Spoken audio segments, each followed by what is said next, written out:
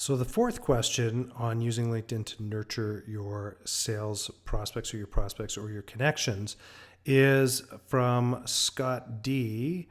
And Scott says, will I come across like I'm hard selling when I reach out to people regarding their investments slash financial planning challenges? Obviously, Scott works in a financial planning world.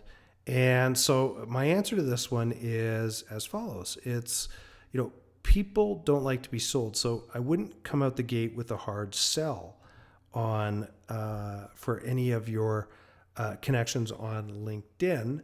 And the reason being is because people just don't want to be sold, right? But what I can say is if I were in Scott's shoes, I would start to provide value. So I've talked about it time and time again. You need to think about who your target demographic is, start sending them information, start sending them certain things. If it's for example, as I said before, in Canada, there's a tax changes coming up here.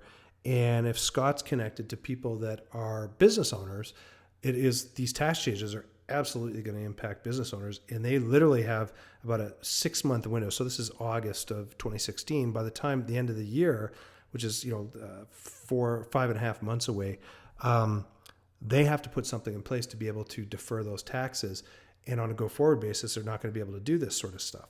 So, reaching out to people and saying, hey, by the way, here's some information on this, might be valuable to you, provide value first. Nurture that relationship as well. So move it along. That's the biggest thing that I can say is start, providing value, put things out. And as you start putting information out to people, those conversations, people will be more likely to take a phone call from you and start engaging with you in regards to that stuff.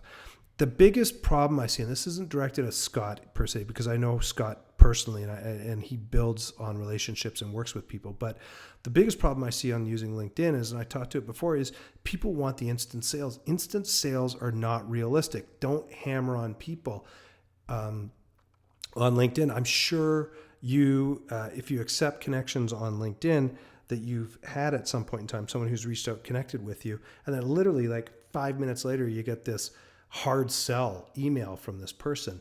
And, first thing I do is when that happens is I unconnect from that person, never to hear from them ever again, because I just don't want that. Now, flip side is I've had people reach out to me on LinkedIn, explain certain things to me, try to help me out. And then as they get going along, then they start saying, hey, by the way, I got a product and a service that, might help you in this world because you've obviously shown that you're interested in this sort of stuff. Is there any way we can jump on the phone and see if there's anything that might be able to help you out with this sort of stuff? So here's a little process that you can use. So when you go into My Network, you can click on Connections. So when you're on LinkedIn's main page, up at the very top, you see My Network, and then you click Connections.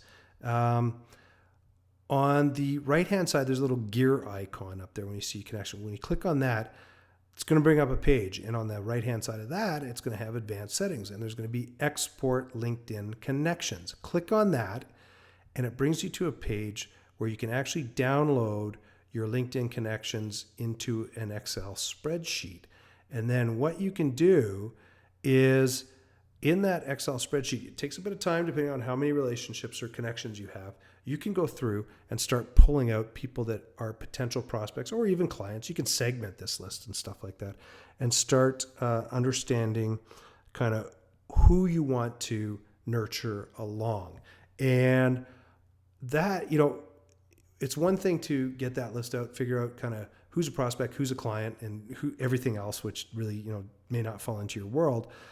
What do you do? How are you going to nurture them along? So here's kind of 3 areas that you could take a look at. So if you've come to any of my webinars, you'll see I talk about this tool. It's a CRM, client relationship management tool called Contactually.